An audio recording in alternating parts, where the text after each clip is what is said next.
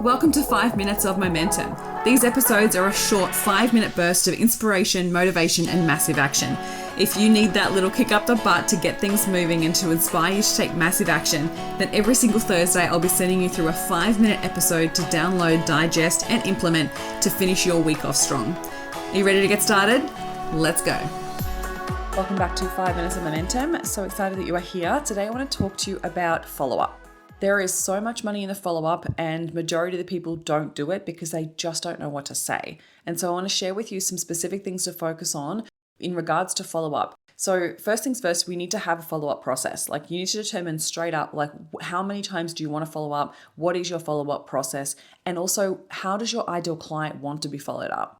We need to determine what that is first before we can then just go straight into like what to say, okay? So if you've been avoiding follow-up because you're fearful of the rejection, if you've been avoiding follow-up because you don't know what to say, if you've been avoiding follow-up because you're like, I don't want to pressure people, I don't want to be salesy, I don't want to be pushy, this is where you need to work on your sales, because follow-up is not pushy or salesy or sleazy. It is actually how you show that you care. I want you to put yourself in your ideal client's shoes.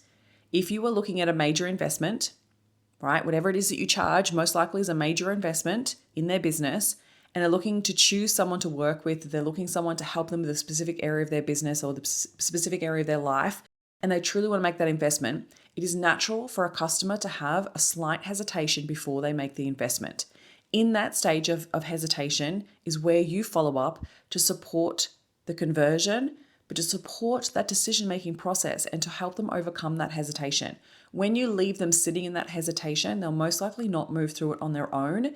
And in that time, they want the confirmation, they want the certainty that working with you is the right decision. And how do you do that? You follow up and show that you care. So if you were in your customer's shoes and you were looking at that major investment and you'd had the original conversation with someone about that investment, so it could be post-sales call, post-DM, post-sales page, like post-review in the sales page, and you've had no follow-up, so no email, no message, nothing, how would that make you feel?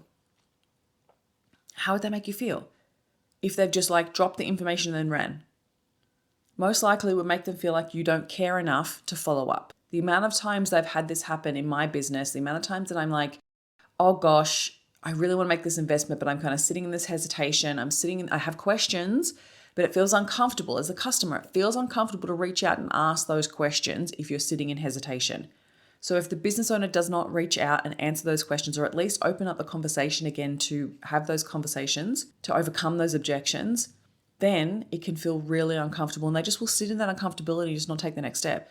So as the business owner, you need to be the one that moves through that uncomfortability of following up, because you need to show that you care. So what is your follow-up process? Get really clear on what that is so you can stick to it and not be fearful of it. Then you need to determine, what are the objections your ideal customer is having?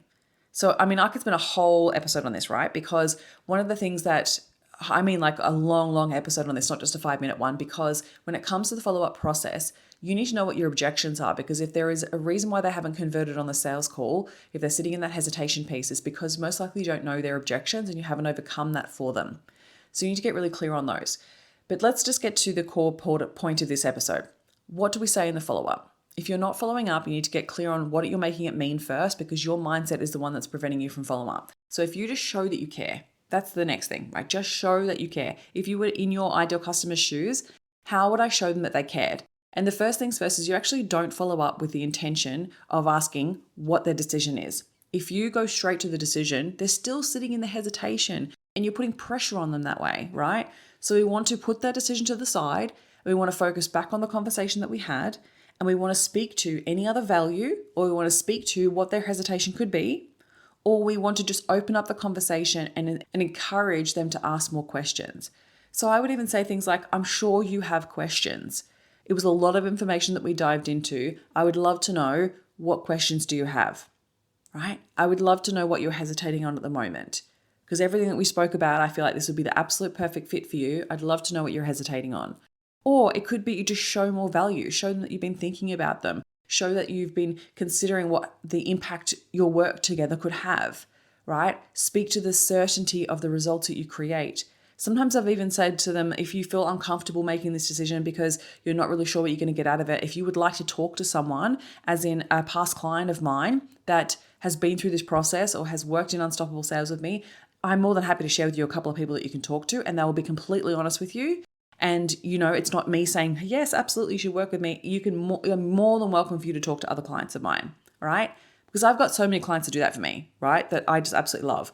And so if that also helps them move through the hesitation, you could do that. There are so many things that you could say in the follow-up, but the whole point of the follow-up is to get them to come back to the conversation, right? That's the whole intention.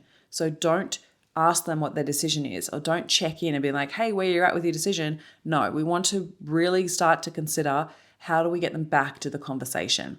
Because you cannot help them overcome the objections if you don't know what they are. So we want to make them feel comfortable. We want to make them feel okay with sharing with you what their objections are. So don't put pressure on, bring them back to the conversation, and let's nurture that conversation. And if you feel uncomfortable there, that's where you need to work on sales, because that's where it comes back to dealing with objections. If you want help with this, send me a DM on Instagram and we could talk about it. If you've had a recent one where you're like, oh, I don't even know how to follow up, send me a message and I'll give you a specific way that you can follow up. All right, lovely. Enjoy the rest of your day and I'll speak to you soon.